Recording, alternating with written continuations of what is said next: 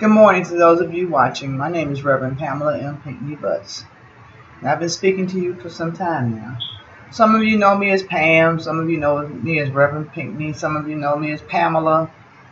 Uh, there's different names and even apostolate, prophetess, former presidential candidate of the United States of America for the past 3 presidential elections and still pursuing it for this next one. And I came to talk to you today because I'm very concerned. I did recently speak at the International Women's March here in Cleveland, Ohio, on this past Wednesday, March 8, 2017. And I also spoke and did the invocation for both events as well as the one January 21st, 2017 here in Cleveland, Ohio, beginning on Public Square, where my voice and my choices are still silenced. A state representative by the name of Nikki Antonio walked up to me during the march in January, telling me that the march is not about me. If it's about women, it is about me.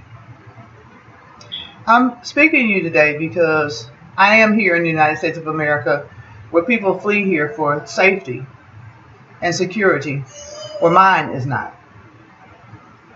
My safety and security are compromised, as well as my rights being violated, including my right to due process of law, legal counsel, and my right to defend myself, protect and provide for myself and my family, including my children and my grandchildren. I currently live in below substandard living conditions where complaints are blocked, violated, destroyed, etc., where people mock me and mark me, label me, and allow men to beat me up, such as law enforcement officers, religious leaders, etc. My home has been being invaded, broken into, and I've been kidnapped literally from my home, place of work, and place of worship, held in facilities, drugged with medications against my will and my rights, and not one of my leaders, and I speak to you now, my leaders, not one of you has been here to see about me, called me to check on me, reached out to me and asked me what you can do for me. Whether you have been a person in a political seat where I voted for you, whether you have been in a religious seat where you've been a religious leader of my life, whether you've been the media or the social media.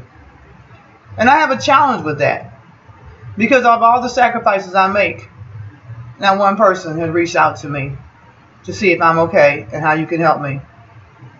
This bothers me because we go from one election to another and this is being covered up. If you are a person who is willing to help me and is able to help me, will you please contact me? I do need the assistance immediately. Right now, I am denied fair housing, equal opportunities under the laws of the land, and I'm being discriminated against because of the color of my skin, my gender, my sexual orientation, being a heterosexual female, my religious freedom and rights, my skin color, my race, which I am a multiracial person, woman, and my complaints in the courts are being denied, blocked, and used against me in the courts of law in the land. My phone number is 216. If you're outside of the United States of America, it's 1-216-315-6452. I am a licensed ordained preacher in a fivefold capacity. If you don't understand that, I can explain that to you if necessary. I'm licensed and ordained to operate in all 5 offices of the church. My police reports are compromised.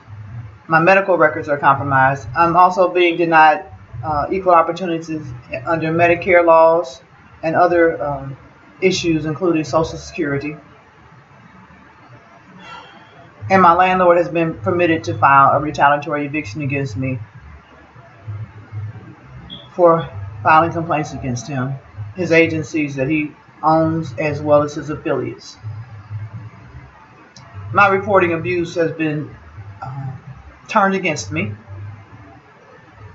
and so have my children and my other family members. I need help. Mayor Jackson and Congresswoman Fudge, my other representatives, the pastors who I've been to your affiliations, your churches, and the priests and the imams and the religious leaders who I have talked to you about my situation. I'm very disappointed that you have not been here to see about me. And I just have to call day after day to just pray that one day you'll knock on my door. And Paul Perzini, this includes you too. Instead of taking time out to find out why I've been trying to reach you and Kevin Kelly, Jeffrey Johnson, and the city council members, you shun me and you mock me and you call me a liar.